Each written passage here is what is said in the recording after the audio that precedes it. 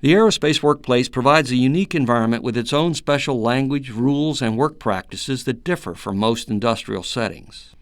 In addition to the restrictions and security provisions that grew out of the military influences of the Cold War, there's an emphasis on individual responsibility and personal accountability that makes work performance a commitment of the highest order. Some of the key aspects of the aerospace workplace are listed in the next charts,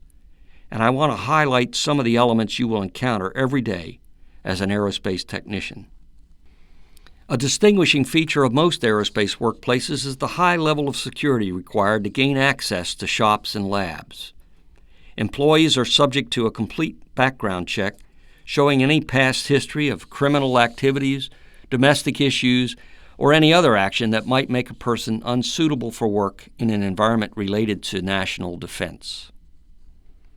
Many government contracts stipulate workplace rules and restrictions that must be strictly enforced, including the use of ID badges, access controls like badge exchanges so security people know at all times how many and who is in the workplace, prohibitions on possession of any alcoholic beverages or drugs, use of any cameras, including those in cellular telephones, random drug tests in the workplace,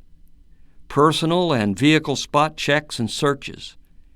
and other restrictions to the freedoms that people who work in other industries never encounter. The aerospace workplace is all about doing the best possible job to prepare and operate the most sophisticated hardware and software known to man in the most severe surroundings we know about. Mistakes can be fatal, so everyone carries a personal dedication to making sure that everything is perfect before a mission begins.